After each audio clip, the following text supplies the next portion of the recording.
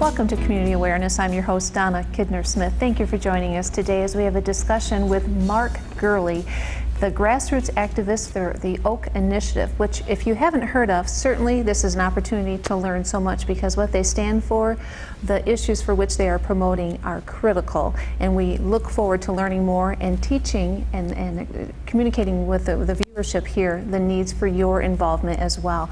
Welcome, Mark. Thank you for having me.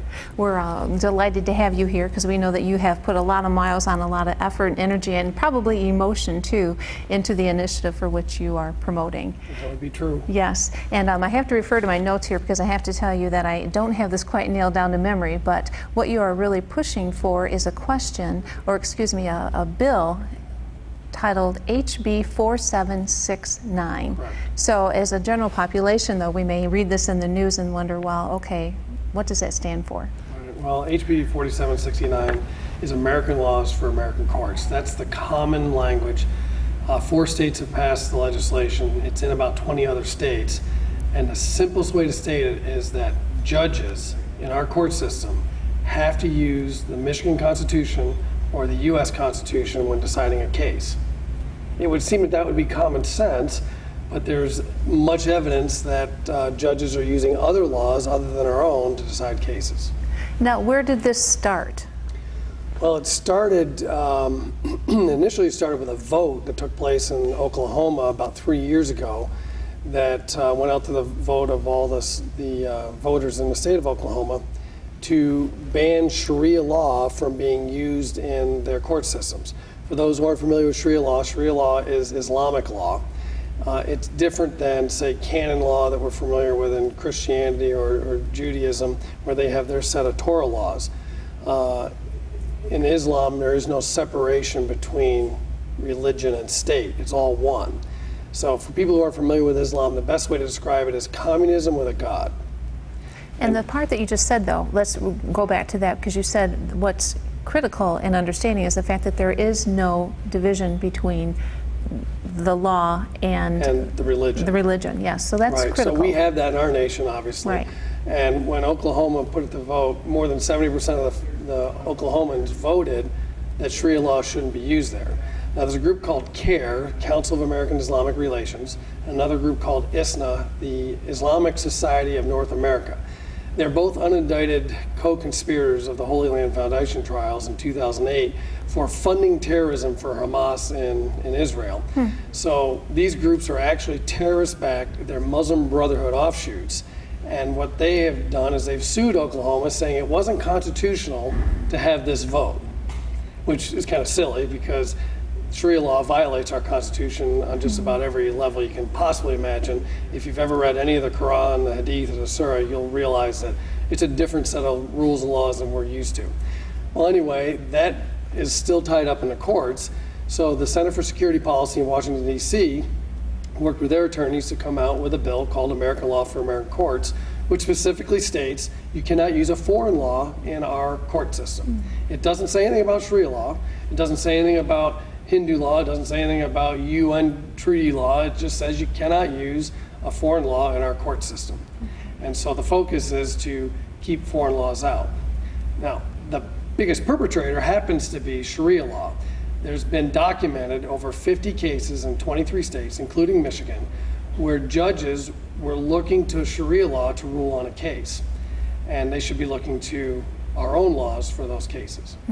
So you're well versed in this, obviously, and feel quite a passion for it. What drew you in personally to become involved? Well, I've got some interesting friends. General Jerry Boykin, retired General Jerry Boykin's a friend of mine.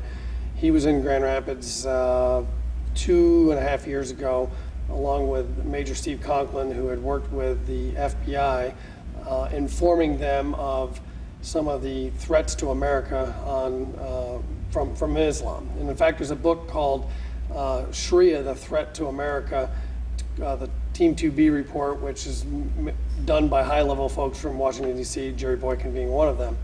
They came to Grand Rapids, did a 2-day seminar on the threat of Islam, and I had walked into the meeting thinking, Islam's just another religion. I'm a follower of Jesus, so being a Christian, I thought it's good to know what other people believe. and came away realizing that religion's a very small part of Islam. It's more of a totalitarian form of government in which women have half a voice of a man, children are property, and non-Muslims do not have the same rights in court as Muslims. So under Sharia law, you automatically lose in a court case if you're a non-Muslim.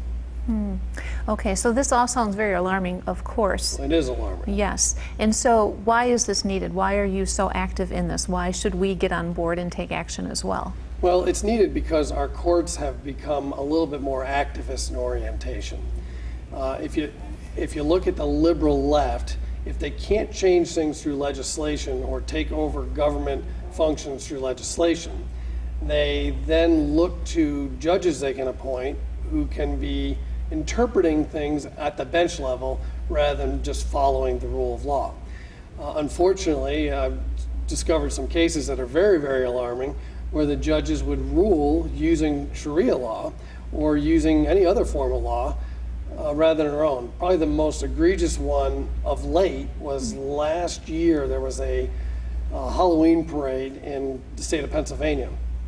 Two atheists dressed up, one as Jesus and the other as Muhammad, in a zombie form. And they were parading down the street, which they had the right to do. Is it offensive? Well, yeah, it's offensive to Christians to see Jesus as a zombie, and it's offensive to Muslims to see Muhammad as a zombie. Well, a Muslim attacked the parade goer that was dressed like Muhammad and beat him up right out on the parade route. Well, they went to court, and the Muslim judge said, well, the instigator here was the guy who dressed up like zombie Muhammad, and therefore the Muslim under Sharia law had every right to do what he did. That's violence in our court law system, and yet it was being put out as, well, that's the guy who was doing the beating was somehow let off the hook rather than using our own laws. That's a problem if judges are starting to use laws in that way. Absolutely. So then why do certain Muslims oppose this law? Well, there's actually a group called the American Islamic Society of America. I think I'm getting that right, but they are, there's a group of about 13 different Muslim groups who actually support HB 4769. In fact, they came out with a letter of endorsement and said that their ability to worship Allah would not have any impact on this bill. And the reason they've came out in support of it is 80%, roughly, maybe 75 to 85% of Muslims in this country live here because they like our freedoms. They left the totalitarian system of their Islamic states and they came to America and they like our freedoms and want to enjoy our freedoms. So this law helps protect them, and as you know, we have more Muslims in Michigan than any other state. So I look at this as a compassionate outreach to the Muslim community, particularly in Dearborn, to protect those people who would like to live under our laws and not under the totalitarian system from which they came. The ones who are supporting it actually are backed by the Muslim Brotherhood, which their goal is a caliphate, a one-world Islamic state. The Arab Spring that we're watching going on over in the Middle East is not a democracy movement, even though the media makes it sound like that. It's all backed by the Muslim Brotherhood looking to take over each of those countries and then form a caliphate all around Israel and take Israel out. That's the ultimate goal there. It's not about freedoms. The vote that you're seeing in these nations where the Muslim Brotherhood is being put in place will probably be the last vote. Okay. Well, as I said before, you are well versed in this. This isn't even your livelihood. No. This is your passion. It's one of my passions. Yes. Protecting the United States. Most people would say that I would be a conservative. I don't even like that word conservative because the media seems to bash conservatives. I view myself as a conservationist. I have looked at what our founding fathers' original intent was, that our country was founded with inalienable rights from our Creator, that we are a Christian nation made up of rules and laws from a Judeo-Christian background, and so I am trying to conserve or be a conservationist of those original intent, because when the righteous men rule, the people celebrate. When fools rule, everyone suffers. Okay. Well put. Now then, referring back to your previous answer to the question, you said that the largest population of Muslims reside in the state of Michigan, which Right. many of us perhaps didn't even know that. It's about 400,000 Muslims live An here. enormous group, and that's we welcome them here. They're Exactly. yes, they're contributing citizens, I'm sure. But then, how interesting this act that's going through, or that you're promoting here, that both speakers of the House and the governor of the state of Michigan opposes it. Why is that? Well, most of that is because they're taking their dictate from Governor Schneider.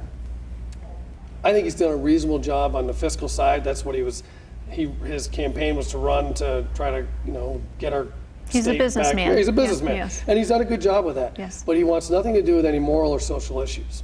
Now, I don't view the Constitution as necessarily just a moral and social issue. If you wreck the fabric of our society and our law system, we don't even have good business. We need to have all of that.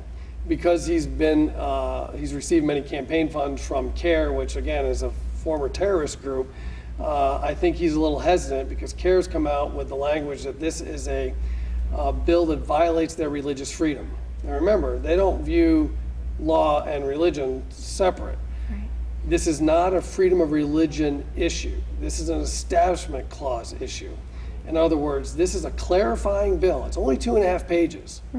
2.5 pages. If it had been 2,500 pages, it might have actually gotten more traction, because it seems like that seems to be the law of the land these days. But it's 2.5 pages, and it clarifies the law that just says, judges, you must use our Constitution when deciding cases. So it's Establishment Clause, not Freedom of Religion Clause. This has no impact on anybody's right to worship. Freedom of religion has no impact on canon law, has no impact on Judeo law.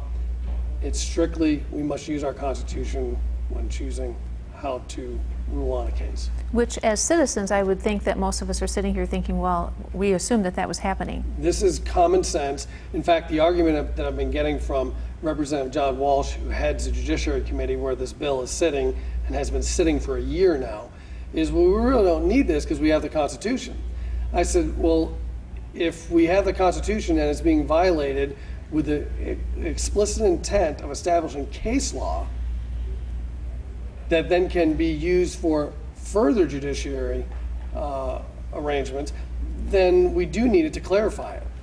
Right now, there's some issue with the UN trying to pass a treaty to eliminate any citizens in any country in America, any country in the world, from being able to bear arms, and only having the military having the right to bear arms. Well, that's a direct violation of our Second Amendment, which I'm a big supporter of.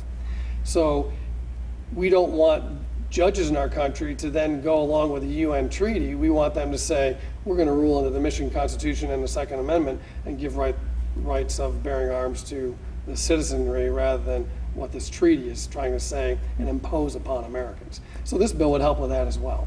So you're active here on this initiative within the state of Michigan, but it is a national concern. Yep, there's about 20 states that are currently working on some legislation. 4 have passed it. It first passed in Tennessee, then Louisiana. It's now passed in Arizona and Texas. When it passes, or no, not Texas, it's passed the House of Texas, it's passed in Kansas.